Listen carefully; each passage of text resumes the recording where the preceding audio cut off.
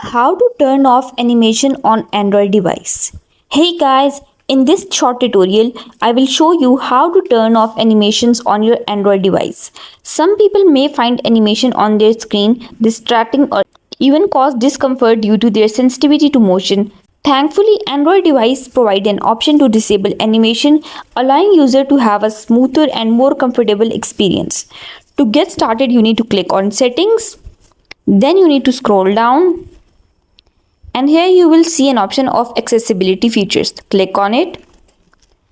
Then you need to click on accessibility. Here you will see an option of advanced visual effect. Just toggle over the switch and switch it off. So that wrap up this tutorial. If you have any question about the whole process, please let me know in the comment section below. And if this video helped you out, please give it thumbs up and subscribe to our channel for more tutorials like this. Thank you for watching this video.